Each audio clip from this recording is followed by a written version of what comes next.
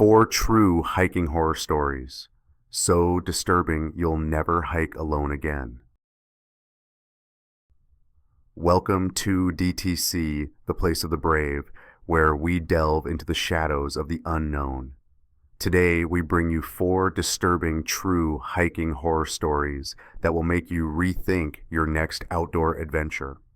From chilling encounters with mysterious creatures to inexplicable disappearances in the wilderness, these spine-tingling tales will leave you questioning the safety of the great outdoors. Buckle up as we take you on a journey through nature's darkest secrets. Are you ready? Let's begin. Story 1. Being Stalked in Utah, a true hiking horror. The night I'll never forget.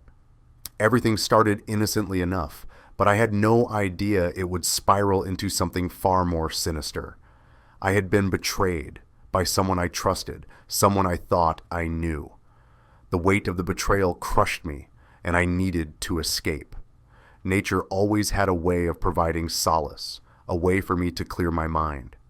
So I decided to hike alone in the Wasatch Cache National Forest in Utah, a place known for its rugged beauty and, if you listened closely, whispered tales of things that lurked in the shadows. I've been hiking for years. It wasn't just a hobby, it was a way of life for me. But as I ventured deeper into that forest, I had no idea I was about to experience something that would haunt me for the rest of my life. My truck, parked near the trailhead, was the first sign something was off. When I returned to it after hiking for several hours, I was stunned. Every single tire had been slashed. I stared at the damage, my heart sinking. It didn't make sense. Who would do such a thing, and why? I checked my phone. No signal. I couldn't call for help. I was stranded. I had no choice but to hike to a nearby observation point where I could get some reception. As I started my hike toward the observation point, a nagging feeling crept over me. At first, I dismissed it as just the anxiety from the situation. But the further I walked, the more intense the feeling became. It was as if something was watching me, following me.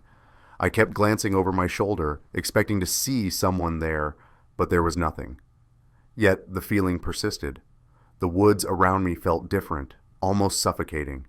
Every step I took seemed to echo in the stillness of the forest, the silence pressing in on me. When I finally reached the observation point, I paused to catch my breath, trying to shake off the unease that clung to me. As I fumbled with my phone, trying to get a signal, I heard something.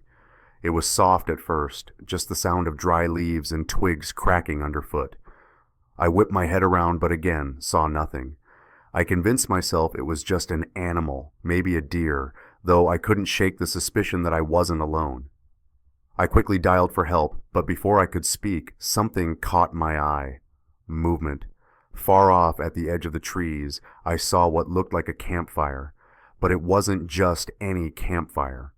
There were figures around it, shadows that seemed to shift unnaturally in the dim light. I couldn't make out details, but I could feel them. Those figures were watching me too. I froze, my pulse quickening. My instincts screamed at me to leave, to run. But before I could turn around, the air around me seemed to thicken. A faint rustling sound came from behind me, the kind of rustling you hear when someone is trying to move quietly through dense underbrush. My heart raced. Was it just a breeze? Or was it something or someone closing in? I couldn't take it anymore. I started running, not towards the observation point, but back the way I came, towards my truck. Each step felt heavier, as if the forest itself was pushing me back. The rustling grew louder, closer. I could hear the faint crunch of footsteps behind me, too light to be an animal, too deliberate to be a coincidence. And then I saw them, a group of figures dressed in stark white robes, their faces hidden beneath the hoods. They stood there about 20 yards away, watching me. My breath caught in my throat. I wanted to scream, but I couldn't. The figure at the front tilted its head slightly, its presence almost suffocating. I could feel their eyes on me as if they were reading my every thought, my every move. Panic surged through me. I turned to run, my legs aching with fear. But every time I looked back, they were closer. It wasn't just one person anymore. There were more, emerging from the trees, their pale white robes glowing eerily in the dim light. They weren't running, but their pace was unnervingly steady, as if they had all the time in the world. Desperation took over. I sprinted towards my truck, hoping to reach it before they closed in. The pounding of my heart in my ears almost drowned out the sound of their footsteps, now a steady thud getting closer.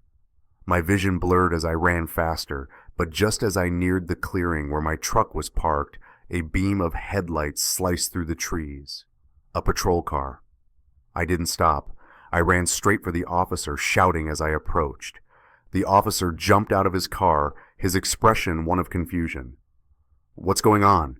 he asked, but before I could answer, I pointed behind me, gasping for breath. There were people. They were following me. I turned to look, expecting to see the figures close behind me, but there was nothing. The woods were still, empty. The officer gave me a strange look, as if I were imagining things. He checked the area, looking around cautiously, but there was no sign of the strange figures. It was as if they had vanished into thin air. My heart raced, but I tried to calm myself. The officer finally looked back at me, his face a mix of sympathy and suspicion. "You might have run into some of the locals," he said, rubbing his chin. "There are rumors of cults in these parts, groups that don't like outsiders. You could have stumbled onto one of their camps. They aren't dangerous if you leave them alone, but it's best not to engage with them." My mind reeled. Cults? That didn't make sense. But the look in his eyes told me he wasn't joking. He'd seen these people before. "You should head back to town," he suggested. "Stay on the main trails. These woods have a way of getting to people." I didn't argue.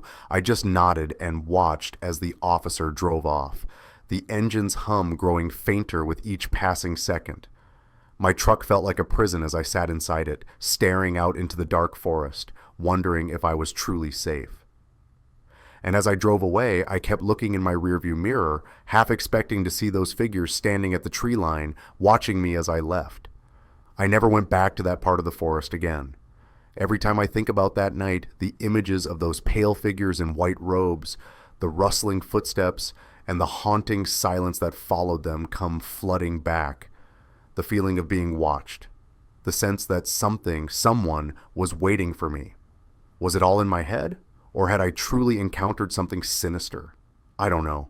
But I can never shake the feeling that the forest still watches, and that the group in white robes is still out there, waiting for the next lost soul to wander too close. Do you dare to listen to the dark? If tonight's tale gave you chills, let us know your thoughts in the comments. We want to hear what creeps you out and what other stories you'd love us to explore. Don't miss out on the next terrifying story. Subscribe to DTC, The Place of the Brave, and join the family that thrives on the unknown. Tap the notification bell so you're the first to hear every spine-chilling tale. Share this video with someone brave enough to face the darkness, and let's dive deeper into the creeps that haunt our world. Comment below and become part of the terror. The darkness is calling, and we want you with us. Story 2, Silent Forest of Dudleytown. A disturbing, true hiking horror story. I had heard the rumors about Dudleytown for years, stories passed down like whispers in the dark. They spoke of a ghost town hidden deep in the Connecticut woods, abandoned by the living but seemingly inhabited by something much older, much darker. Locals spoke of the eerie silence that blanketed the place, of strange markings on trees and inexplicable disappearances. But for me, a seasoned hiker, it was nothing more than a challenge. I needed to see it for myself. I set out early one morning, the sun just beginning to break through the mist as I entered the forest. The air was thick and damp, the kind of silence that feels oppressive, as if the world is holding its breath. As I ventured deeper, I could feel the weight of the place, Something about it seemed wrong, but I shrugged it off. I was used to strange, remote places. The kind of place that made your skin crawl, but didn't actually hurt you. Or so I thought. At first, everything appeared normal. The forest was dense, but it was nothing I hadn't encountered before. The trails were narrow, and the trees rose high into the sky, their branches twisted and gnarled like ancient hands reaching for something just out of reach. I pressed on, following the handmade trail markers I had set up earlier, the faint sense of dread growing heavier with each step. Then I heard it. A low, guttural moan that seemed to vibrate through the ground itself. It wasn't the wind or the rustling of leaves. This was something different. The sound was deliberate, as though it was coming from deep within the forest, or maybe even beneath it. My heart began to race as I tried to pinpoint the source, but the trees provided no answers, only shadows. I paused, listening intently. The air around me seemed to freeze, the silence almost unbearable. I scanned the trees, searching for any movement, but there was nothing. Still, the air felt thick, as if something unseen was watching me. My instincts, honed over years of hiking alone, told me to be cautious. But I pushed forward, determined not to let fear take hold. As I moved deeper into the woods, the landscape began to change. The trees started to show signs of something unnatural. Strange carvings appeared on the bark, symbols I didn't recognize. They weren't letters, but instead intricate circular patterns that seemed to pulse with an unsettling energy. I reached out to touch one, but my hand froze just before making contact, a feeling of intense unease washing over me. I quickly withdrew my hand, heart pounding in my chest. These markings, these symbols, weren't just a sign of human presence. They were something else, something ancient. I continued on, trying to shake the feeling that I was no longer alone. But then something even stranger happened. I noticed that the trail markers I had left earlier were no longer where I'd placed them. They had been moved. Some were off the trail entirely. Others had been scratched into the bark of nearby trees. My pulse quickened. Had someone else been here? Was there someone following me? I had to admit it. The feeling of being watched was overwhelming.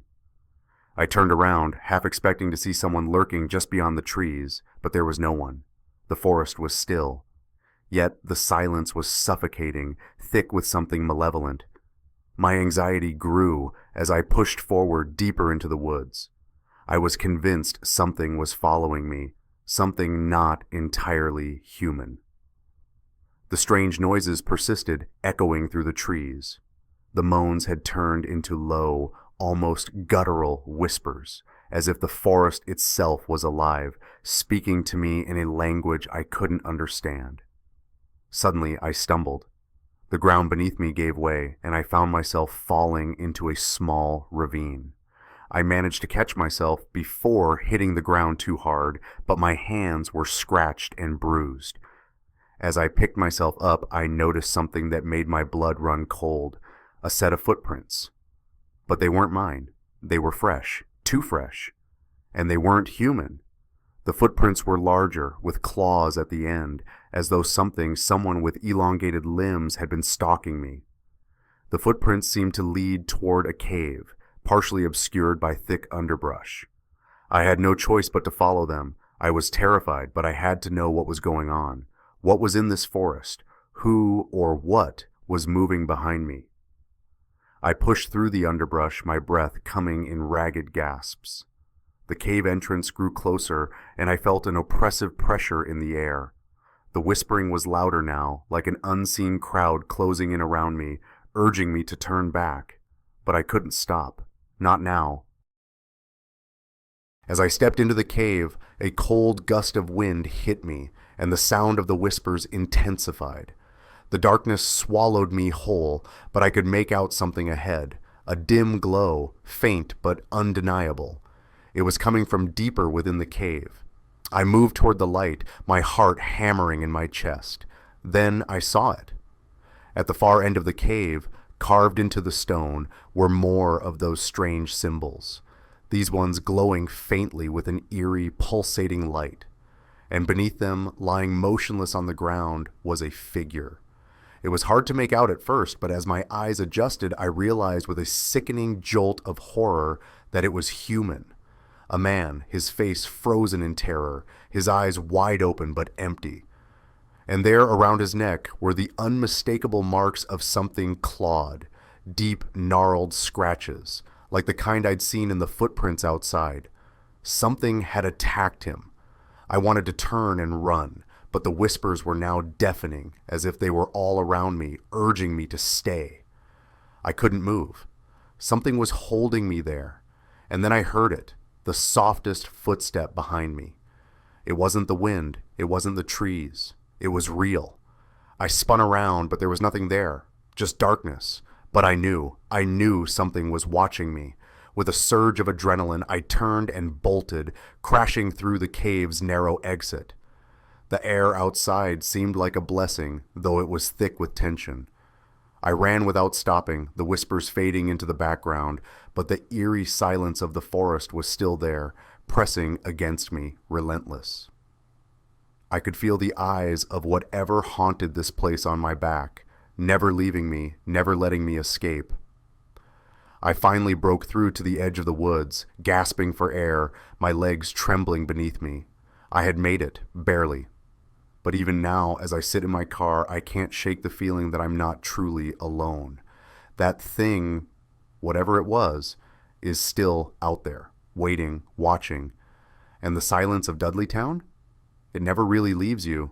Do you dare to listen to the dark? If tonight's tale gave you chills, let us know your thoughts in the comments.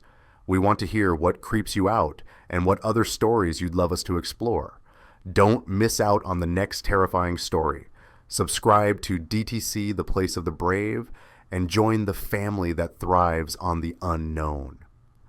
Tap the notification bell so you're the first to hear every spine-chilling tale. Share this video with someone brave enough to face the darkness, and let's dive deeper into the creeps that haunt our world. Comment below and become part of the terror. The darkness is calling, and we want you with us. Story 3. Whispers from the Reservoir. It was a late afternoon when my friends and I decided to venture out to the local reservoir near my childhood home. It was a place we had all fond memories of, peaceful, secluded, and always the perfect escape from the chaos of everyday life. But something had changed, something I couldn't quite put into words. The air felt thicker, heavier, as if something was waiting for us. As we made our way through the dense woods that bordered the water, the familiar chirping of birds was absent. All I could hear was the crunch of dry leaves under our boots, and the occasional snap of a twig breaking in the distance. When we emerged from the trees, I had expected the usual serene view of the lake, the calm, still water stretching out beneath the fading golden light of the day. But as I scanned the shoreline, something caught my eye. A dark, shapeless figure moved along the edge of the water. It was difficult to make out the details at first, but as we got closer, I saw that it was dragging something heavy, something large, and I felt a chill run down my spine. At first, I thought it was a person carrying a heavy bag of garbage or something of that nature, but then the figure stopped at the water's edge and bent over. It was pulling a black garbage bag, a large one, too heavy to be ordinary trash. My heart skipped a beat. I couldn't explain why, but I felt the first wave of dread hit me like a physical blow. This wasn't right. Something was wrong, and I couldn't shake the feeling that what we were witnessing wasn't as innocent as it seemed. Maybe it's just some trash, one of my friends, Tom, muttered, trying to brush it off. But I could tell by the tone of his voice that even he wasn't convinced. I tried to convince myself the same thing. It was just a trash bag after all, right? But there was an uneasiness in the air, an unnatural stillness around us that made my skin crawl.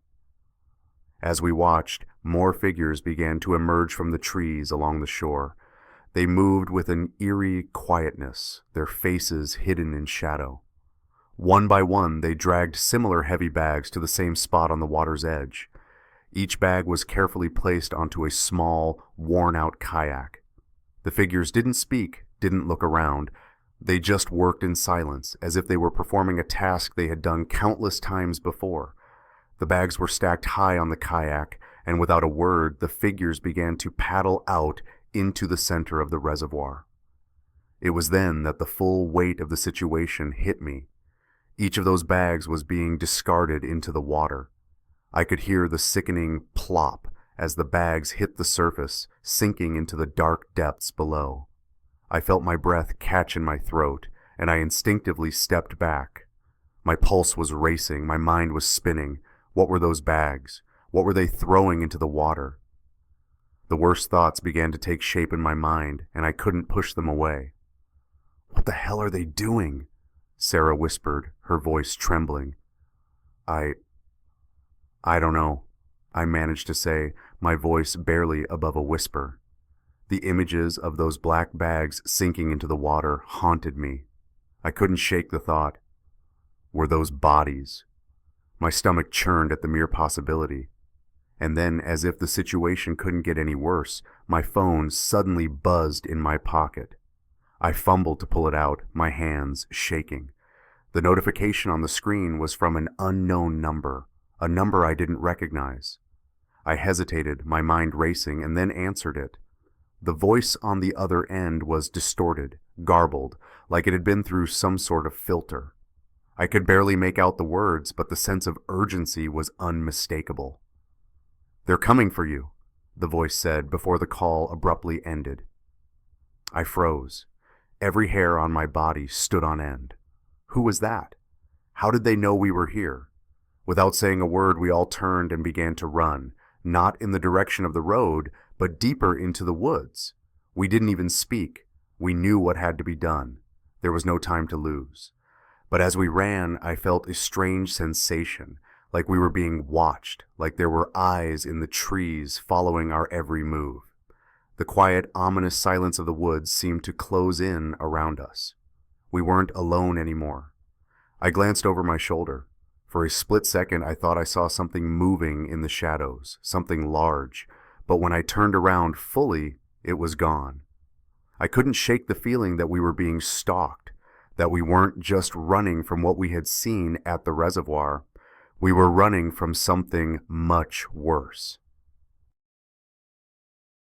We reached the edge of the forest, breathless and terrified, but we dared not slow down. The woods seemed endless, and the dark, twisted branches above us blocked out any light from the setting sun. I kept thinking about those bags sinking into the lake. Were those truly bodies?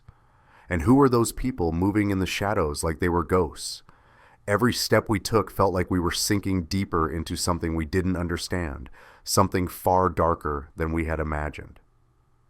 I wanted to believe that we had just seen some sort of twisted prank or some strange group of people doing something illegal, but deep down I knew that wasn't the case. What we had witnessed was far more sinister than I cared to acknowledge. We didn't stop running until we were well out of the woods, breathless and panicked. We didn't speak much on the way home, but even now I can't escape the thought of those bags and the feeling that the people we saw at the lake weren't just dumping garbage, they were hiding something far worse. We don't talk about that day much anymore, but I can't forget it. That place, the reservoir, used to be a place of peace for me. Now, every time I think about it, I can't help but feel that something is waiting beneath the water, something that shouldn't be there. And those people? I don't know who they were, but I have a chilling feeling that they knew we were there. They weren't just dragging bags into the water, they were watching us, waiting for the moment when we would make the mistake of getting too close. Now, the mere thought of that place sends shivers down my spine. The lake that once brought me peace now only brings fear. Do you dare to listen to the dark? If tonight's tale gave you chills, let us know your thoughts in the comments. We want to hear what creeps you out and what other stories you'd love us to explore. Don't miss out on the next terrifying story. Subscribe to DTC, The Place of the Brave, and join the family that thrives on the unknown. Tap the notification bell so you're the first to hear every spine-chilling tale. Share this video with someone brave enough to face the darkness, and let's dive deeper into the creeps that haunt our world. Comment below and become part of the terror. The darkness is calling, and we want you with us. Story 4. The Horrifying Journey. Chilling Tales from the Forbidden Forest. Have you ever had a trip that changed you? A journey that made you question the very nature of reality and whether you should have ever ventured out at all? Well, I have, and I'm about to tell you about it, the kind of story that will stay with you long after you hear it. You see, I'm not new to hiking. I'm no novice when it comes to conquering peaks, hiking through thick forests, or traversing wild trails. I've tackled some of the most isolated places across the country, from the steepest slopes to the quietest woods. But one day I decided to do something different, to step into a forest no one dared enter. A place few even speak of, the wilderness of Utah. At first it seemed like the perfect getaway. No crowds, no noise, just solitude. I've always loved the idea of being alone with nature, embracing the silence of the untamed wilds, and escaping the mundane noise of civilization. But what I didn't know, what I never imagined, was that the silence of Utah's forests would turn into something far more sinister. When I arrived, I found myself parked at the edge of the woods, my car alone in the middle of nowhere. The trees were dense, blocking out the sunlight, and the air felt unnaturally still. As I walked along the trail, I began to notice something odd. The ground beneath me wasn't just earth and gravel. It was soft, almost like a blanket of moss. But it wasn't just the natural world that was strange. It was the absence of any life. Not a single animal sound, no birds, no rustling leaves, no insects. Only the sound of my boots crunching the earth beneath me. As the day wore on, I started to feel watched. It was subtle at first, just a creeping sense that something was wrong. Every time I stopped to take a breath, I felt the hairs on the back of my neck rise. There were sounds behind me, soft, barely audible footsteps that seemed to mimic my own. But when I spun around, nothing. Nothing but the quiet forest, as if it had swallowed any trace of movement. I pushed forward, trying to shake off the unease, but then came the worst realization. My car had been tampered with. Someone had cut the cables. My only way out was now rendered useless. Panic set in. I wasn't alone here, and whatever was watching me had no intention of letting me leave. Every step I took, I felt eyes on me, unseen but undeniably present. I tried to remain calm, but the anxiety was overwhelming. I could hear the whispers of something or someone just beyond my reach. The footsteps behind me were louder now, closer, echoing my every move. At some point, I must have lost track of time. My mind was racing, trying to make sense of what was happening. Then, just as I thought I might have a moment of clarity, my phone buzzed. I nearly dropped it in surprise. There was signal, just enough to send a message. But when I tried to reach out for help, all I heard was static and a low, hollow laugh. It wasn't human. In the darkness that followed, I ran. I didn't know where I was going, only that I needed to escape. But the forest seemed to close in on me, the trees growing thicker, the shadows darker. Each rustle in the underbrush sounded like it was getting closer. I was no longer sure what was real. Were they following me? Or was it just my mind breaking under the pressure of the isolation? And then, when I thought it was over, it was only just beginning. A few weeks later, I found myself in Connecticut, in a forest known for its dark rumors and strange occurrences. Locals spoke of things in the woods, strange rituals, eerie sightings, and the occasional disappearance. I didn't believe in the supernatural, but as soon as I set foot into that forest, I could feel something was wrong. The air was thick, suffocating, and the silence was unnatural. It was a silence that seemed to watch me, wait for me to make a mistake. I wandered deeper into the forest, each step becoming heavier, my breath more shallow. But the strangest part was that I wasn't alone. I could feel it. Something or someone was there with me. I saw strange markings on trees, carved into their trunks like some ancient language. And then there were the sounds. At first, I thought they were just animals, but as I pressed on, the noises became more distinct. Footsteps dragging across the ground like something or someone was following me. But when I stopped and looked back, I saw nothing. Nothing but the trees. But the feeling was there. I was being hunted. Night fell, and I found myself near an old, dilapidated cabin by a fog-covered lake. My instincts screamed at me to leave, but something, compulsion, curiosity, drove me to stay. That's when I saw them.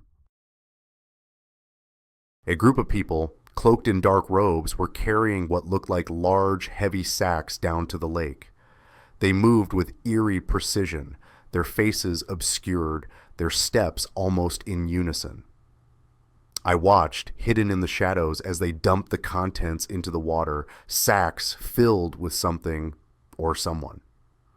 The water rippled, the moonlight casting an unsettling glow on their strange, ritualistic actions. They began chanting. The sound was low, guttural, and hypnotic, like some sort of ancient incantation. I tried to back away, but my feet wouldn't move. It felt like I was trapped in place, my body frozen with terror. And then one of them turned, their eyes locked onto mine. That was when I knew. They knew I was there. I wasn't just an observer, I was a target. I don't know what happened after that. My memories blur, shadows, screaming, running through the trees. The next thing I knew, I was in my car, heart racing, shaking uncontrollably. My phone was dead, the forest was still, and the air, it was suffocating. I didn't stay long enough to figure out what had really happened. Looking back now,